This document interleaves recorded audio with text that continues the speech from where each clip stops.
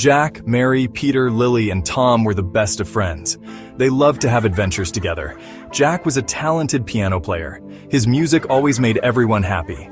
Mary was a gifted artist. She could paint beautiful pictures with her brushes. Peter was a fast runner and a strong athlete. He loved to race through the forest. Lily was a fantastic cook. She could bake the most delicious cookies. Tom was different. He was a wizard. One sunny afternoon, the friends decided to explore the Whispering Woods. It was a big and mysterious forest near their town. "Let's stick together," said Lily, her basket of cookies bumping against her knee. "This forest is awfully big." The friends promised to stay close, but the forest paths were confusing. Soon, they were lost. "I think we took a wrong turn," said Mary, her voice trembling a little. The forest grew darker as the sun began to set. The friends felt scared, but they held on to each other for comfort. Just when they felt completely lost, they heard a soft whimper coming from behind a bush. The friends cautiously approached the bush. They pushed aside the leaves and gasped. Curled up in a ball, shivering with fear, was a small panda. It looked so sad and lost. "Oh, you poor thing," whispered Mary, gently stroking the panda's soft fur. "You're all alone." The panda looked up at them with big, watery eyes. It seemed as scared as they were. Lily offered the panda a cookie. It sniffed the cookie cautiously and then took a small bite. Soon it was munching happily on the sweet treat. "He must have been separated from his family," said Jack, feeling sorry for the little panda. "We have to help him find his way home." As the friends discussed how to help the panda, they noticed a strange path they hadn't seen before.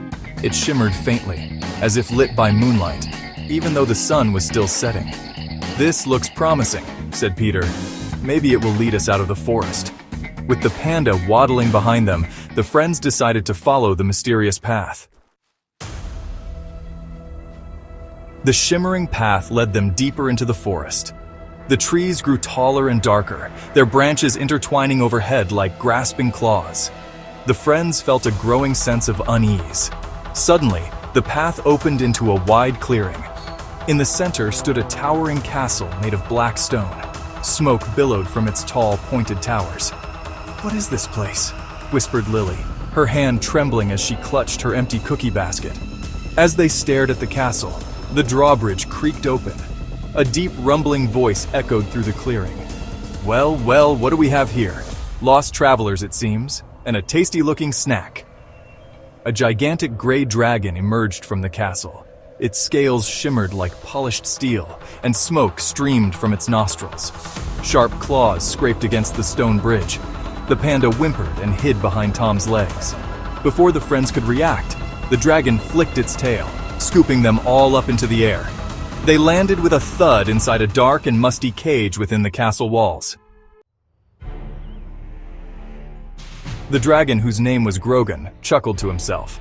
He loved nothing more than scaring lost travelers. He planned to keep the friends as prisoners in his castle. But Grogan had underestimated Tom. Tom was a wizard, and he wouldn't let his friends stay trapped.